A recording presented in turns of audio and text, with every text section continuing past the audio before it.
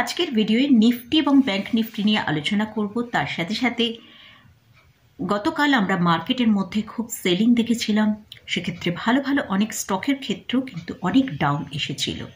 যেমন রেলওয়ে স্টকের মধ্যে যদি দেখি, সেখানে আমরা প্রায় এক একটা স্টকে 7%, 8%, 9% পর্যন্ত কালকে কারেকশন দেখতে পেয়েছি। তো সেরকমই তিনটে স্টক নিয়ে আজকের ভিডিওয়ে আলোচনা করব। তাহলে ভিডিওটা শুরু করা যাক। আমি নিরুপমা শেয়ার শেখো চ্যানেলের পক্ষ থেকে সকল বন্ধুদের স্বাগত জানাই। আর চ্যানেলটা যদি সাবস্ক্রাইব না করে থাকেন তাহলে অবশ্যই চ্যানেলটা সাবস্ক্রাইব করে নেবেন, আর পাশে থাকা বেল আইকনটা প্রেস করে রাখবেন। আমি ভিডিও আপলোড করার সাথে সাথে আপনার কাছে ভিডিওটা পৌঁছে যাবে। তাহলে আমরা আগে নিফটির চার্টটা একবার দেখে নিই। নিফটিতে আমরা আজকে যে ক্লোজিংটা পেয়েছি সেটা হচ্ছে 21,453। গতকাল নিফটিতে আমরা প্রায়, যদি ওপর দিক থেকে দেখি, নিফটি কালকে যে ওপরের দিকে র্যালিটা দেখিয়েছিল সেখান থেকে যদি দেখি, সেখানে প্রায় নিফটিতে আমরা 500 পয়েন্টের ওপরে কিন্তু একটা কারেকশন দেখতে পেয়েছি। আর এমনি চার্টে যদি দেখি, সেখানে আমরা হয়তো 333 পয়েন্ট কারেকশন দেখছি, কিন্তু নিফটি যেটা ওপরে বাউন্স মানে হাই দেখিয়েছিল, সেখান থেকে যদি আমরা কারেকশনটা দেখি, প্রায় 500 পয়েন্টের ওপর আমরা কারেকশন দেখতে পেয়েছি। তো সেক্ষেত্রে আজকে আমরা দেখলাম নিফটি নিচের দিকে যেটা লো করেছিল সেটা 21,137। সেখান থেকে যদি আজকে যে বাউন্সটা করেছে সেটা 318 পয়েন্টের মতন ওপরে র্যালি আমরা দেখলাম। নিফটি যদি 21,550-এর ওপর ক্লোজিং দিয়ে সাস্টেন করতে পারে, তাহলে কিন্তু আমরা নিফটিতে আবারও একটা ভালো ওপরের দিকের মুভ দেখতে পেতে পারি। সেটা হচ্ছে 21,800 থেকে 21,850। গত দিনে নিফটিতে এতটা সেলিং এসেছিল, তার কারণটা একটু দেখি। এইচডিএফসি ব্যাংকে প্রায় 3%-এর মতন কারেকশন এসেছিল। এতটা কারেকশন করার পরেও গতকাল কিন্তু এইচডিএফসি ব্যাংক 3%-এর ওপর কারেকশন হয়েছিল। আর এছাড়া সেকেন্ড যে পয়েন্টটা, এফআইসরা এখানে একটা খুব ভালো সেলিং বেশ কয়েকদিন ধরে করছে। যেহেতু আমাদের মার্কেট মানডেতে ক্লোজ ছিল, তো সেই এফেক্টটা কিন্তু আমরা টিউসডেতে দেখতে পেয়েছি।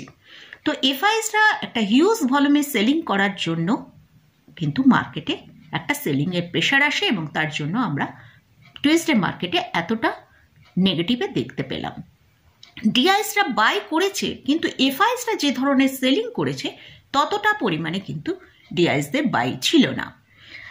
এবারে নিফটি যদি এই 21,000-কে আজকে যেরকম হোল্ড করে ওপরের দিকে র্যালিটা দেখিয়েছে, যদি এই 21,000-কে হোল্ড করতে পারে, তাহলে নিফটি কিন্তু ওপরের দিকে বাউন্স আমরা ভালোভাবে দেখতে পাবো, ওপরের দিকে র্যালি ভালোভাবে করতে পারে।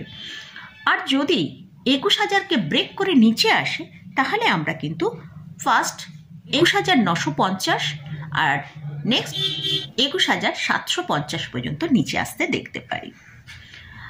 এবারে আসছি ব্যাংক নিফটি নিয়ে। ব্যাংক নিফটিতে আমরা দেখলাম আজকে লো করেছে 44,500, আর ক্লোজিং যখন পেয়েছি সেটাও আমরা পেয়েছি একটা ফ্ল্যাট টু পজিটিভে ক্লোজিং পেয়েছি, যেটা হচ্ছে 45,082। তো ব্যাংক নিফটি যে রিসেন্ট তার একটা ডিসেম্বরে যে গ্যাপটা ছিল, সেই গ্যাপটা মোটামুটি সে ফিল আপ করে নিয়েছে।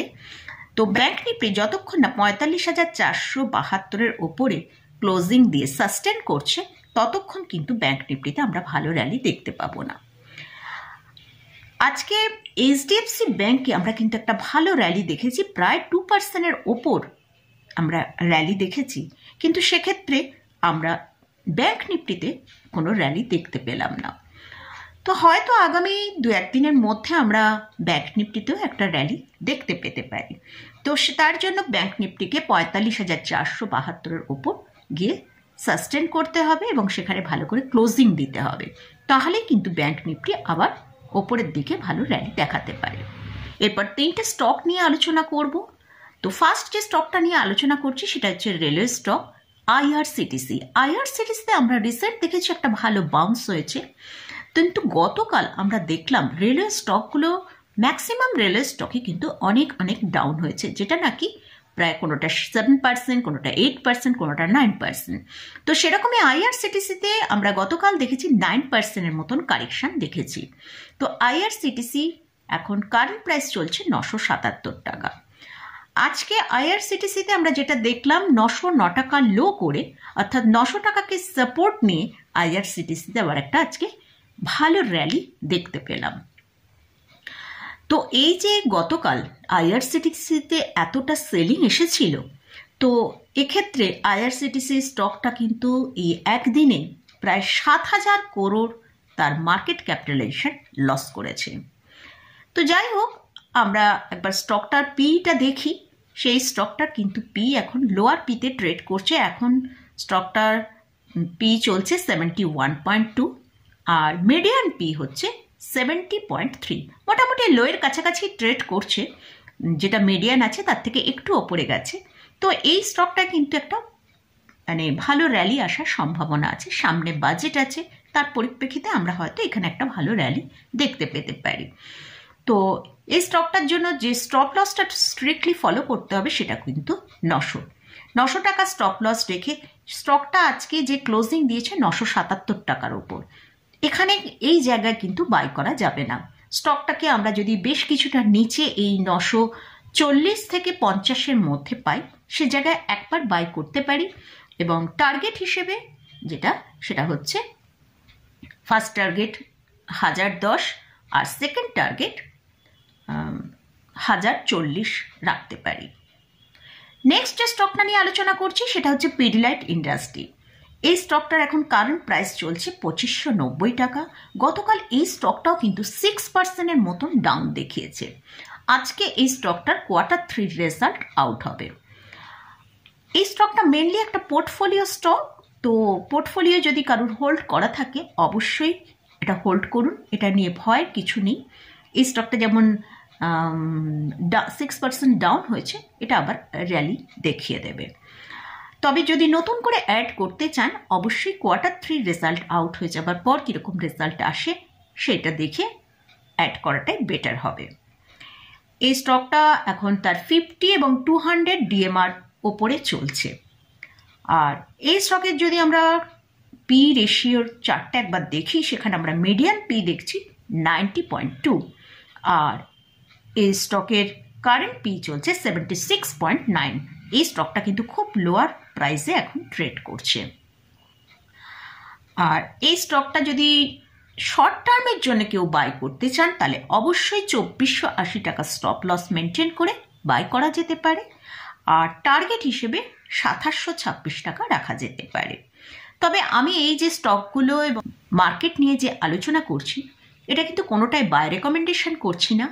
এটা আপনারা যখন বাই করবেন আপনারা নিজেরা ভালো করে অ্যানালিসিস করে তারপরই বাই করবেন। আমি এখানে আমার ভিউটা শেয়ার করলাম। লাস্ট যে স্টকটা নিয়ে আলোচনা করব সেটা হচ্ছে এইচডিএফসি ব্যাংক। এইচডিএফসি ব্যাংকে আমরা অলরেডি প্রায় 18%-এর ওপর থেকে যদি দেখি 18%-এর মতন কারেকশন অলরেডি দেখে নিয়েছি। তো আজকে এইচডিএফসি ব্যাংকে আমরা ক্লোজিং পেয়েছি 1456 টাকায়। আর এই স্টকটা আজকে লো যদি দেখি 1380 টাকা কাছাকাছি লো করেছিল। আমি আমার আগের ভিডিওয়ে বলেছিলাম যে যদি 1480-কে ব্রেক করে তাহলে নিচের দিকে 1380 কাছাকাছি আসতে পারে। তো মোটামুটি আজকে দেখলাম 1380 কাছে এসে গেছে। তো অর্থাৎ আজকে যদি আমরা একদম লো প্রাইস থেকে দেখি, সেখান থেকে আজকে প্রায় 4.58% কিন্তু র্যালি আমরা আজকে এইচডিএফসি ব্যাংকে দেখতে পেয়েছি।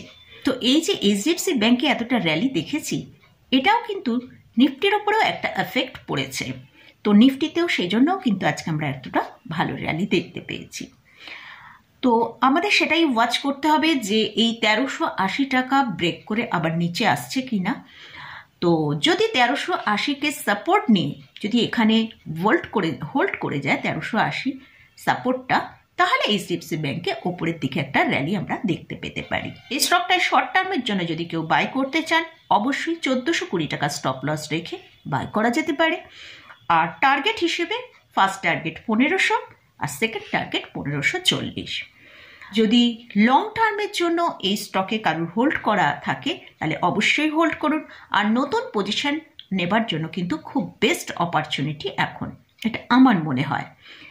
তো কারণ আগামী 2 থেকে 3 বছরের মধ্যে আমরা কিন্তু এইচডিএফসি ব্যাংকের একটা ভালো টার্গেট দেখতে পেতে পারি। তো সেটা হচ্ছে প্রায় 2000 টাকার ওপর। এইচডিএফসি ব্যাংক নিয়ে ডিটেলস আলোচনা করার জন্য আমি একটা অন্য ভিডিওয়ে আলোচনা করব। তো মোটামুটি আমার মনে হয় এইচডিএফসি ব্যাংক এখানে তার একটা যে 1380 টাকা এই জায়গাটা হোল্ড করে নিতে পারবে। তো দেখা যাক মানে এইচডিএফসি ব্যাংকে আগামী দিনে কীরকম কী করে সেটা আমাদের ওয়াচ করতে হবে। তো আজকে মোটামুটি এই 3টে স্টক এবং মার্কেট নিয়ে আলোচনা করলাম।